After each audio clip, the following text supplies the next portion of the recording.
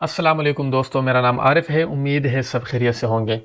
دوستو، آج سے کچھ عرصہ پہلے میرے ایک پروفیسر ہیں اور انہوں نے مجھے ایک مشورہ دیا تھا۔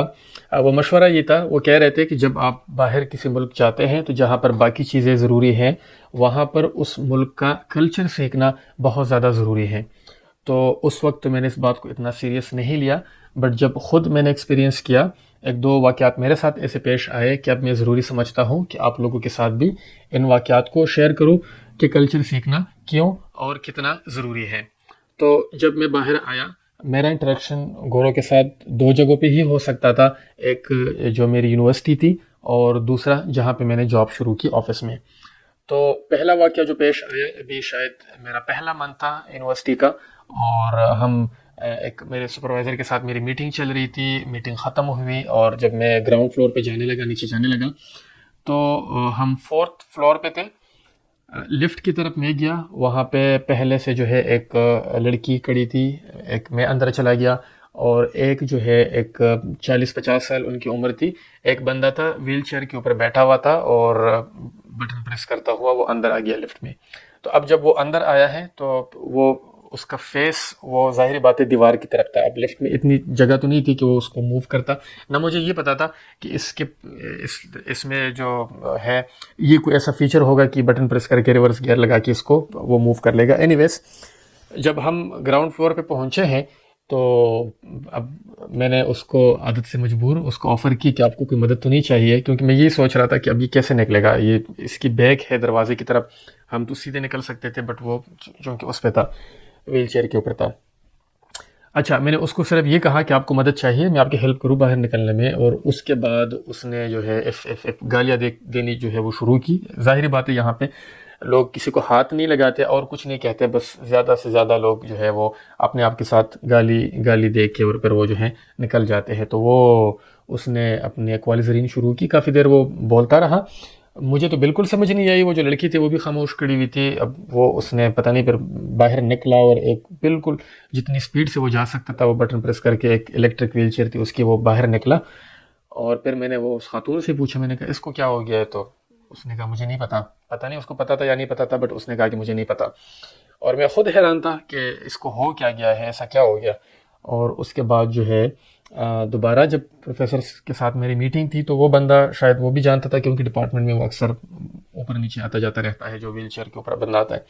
تو میں نے ان کو کہا، میں نے کہا یہ اس طرح کا واقعہ پیش آیا تھا، اس کو میں نے آفر کی اور یہ مائنڈ کر گیا۔ تو وہ پھر ہنس رہے تھے اور سمجھا رہے تھے کہ یہاں پہ جو اس طرح کے لوگ ہوتے ہیں ان کو لگتا ہے کہ ہم کمپلیٹ جو ہے انڈیپینڈنٹ ہیں، ہم کسی کے اوپر ڈیپینڈنٹ نہیں ہیں، ہم اپنا کام خود کر سکتے ہیں، اپنا کام خود کرنا ان کو اچھا لگتا ہے۔ اور اگر کوئی ان کو اس طرح کے آفرز کرے تو ان کو لگتا ہے کہ شاید ہم ان کو بڑے کوئی بے بس اور مجبور نظر آ رہے ہیں، جس کی وجہ سے وہ ہیلپ جو ہے وہ آفر کی ہے۔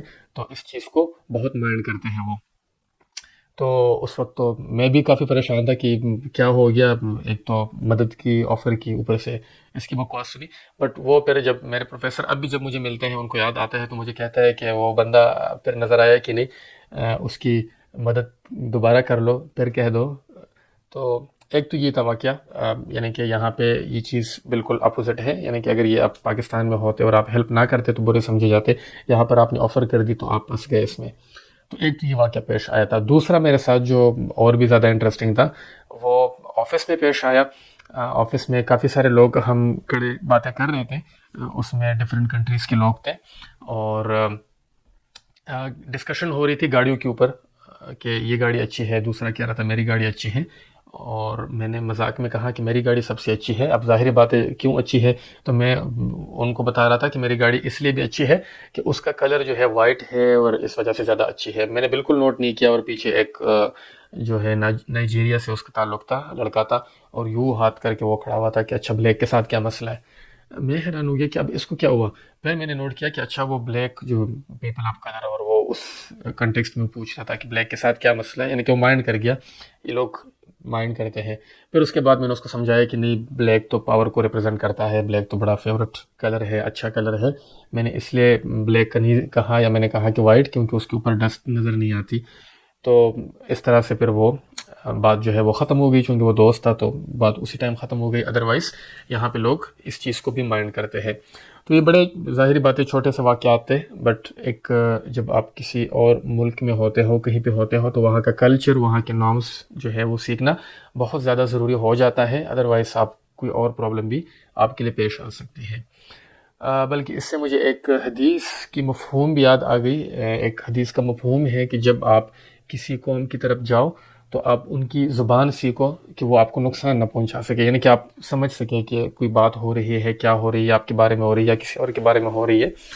تو جو لینگویج ہے، ظاہری بات ہے وہ بھی کلچر کا حصہ ہے، تو اس وجہ سے کلچر کا سیکھنا بہت زیادہ ضروری ہوتا ہے۔ جہاں پر باقی چیزیں ضروری ہے، وہاں پر کلچر سیکھنا بھی بہت زیادہ ضروری ہے۔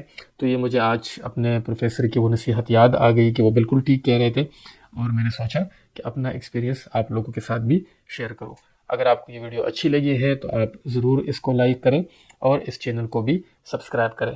اپنا بہت سارا خیال رکھیے۔ اللہ حافظ۔